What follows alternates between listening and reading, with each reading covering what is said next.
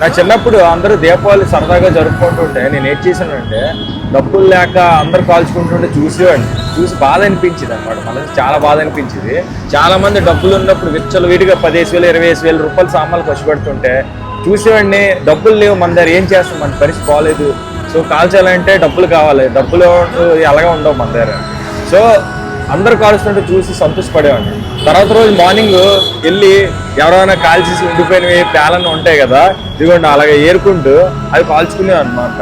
ఎందుకు చెప్తున్నానంటే ఈ విషయం, చాలా మంది పిల్లలు అల్లరి పెడుతుంటారు ఇంట్లోనే పరిస్థితి తెలియక. సో అలా అర్థం చేసుకుని పేరెంట్స్ దగ్గర మన దగ్గర లేవు, సో పేదల దగ్గర ఉన్నాయి ఖర్చు పెడతారు. ఈ ఖర్చు పెట్టి నాశనం చేయడం తప్ప దీనివల్ల రూపాయి ఇవ్వకూడదు, పెద్ద బొక్క అని ఆలోచిస్తారని ఈ వీడియో చేస్తాను అనమాట.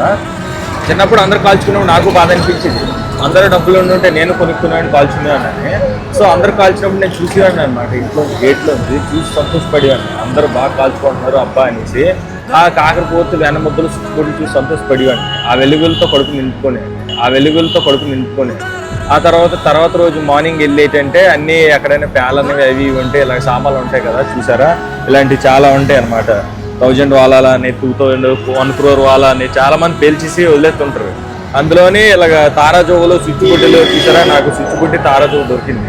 అలాగ అవి ఏరుకుంటూ కాల్చుకున్నాను అనమాట. చాలా బాధ అనిపించింది. ఇప్పుడు చెప్తుంటే ఇప్పటికే బాధ అనిపిస్తుంది. ఇప్పుడంటే పెద్ద మిలియనీర్ అయిపోయాను కాబట్టి పర్లేదు, బాధ అనిపించదు. ఒకప్పుడు పరిస్థితి చెప్తున్నాను అనమాట. సో అందుకని చాలా జాగ్రత్త, డబ్బుల విషయంలో చాలా జాగ్రత్తగా ఉండాలి. వీడియో అందరికి నచ్చినా నచ్చకపోయినా మన ఛానల్ అయితే సబ్స్క్రైబ్ చేసేయండి, ఎందుకంటే చాలా వీడియోస్ వస్తాయి.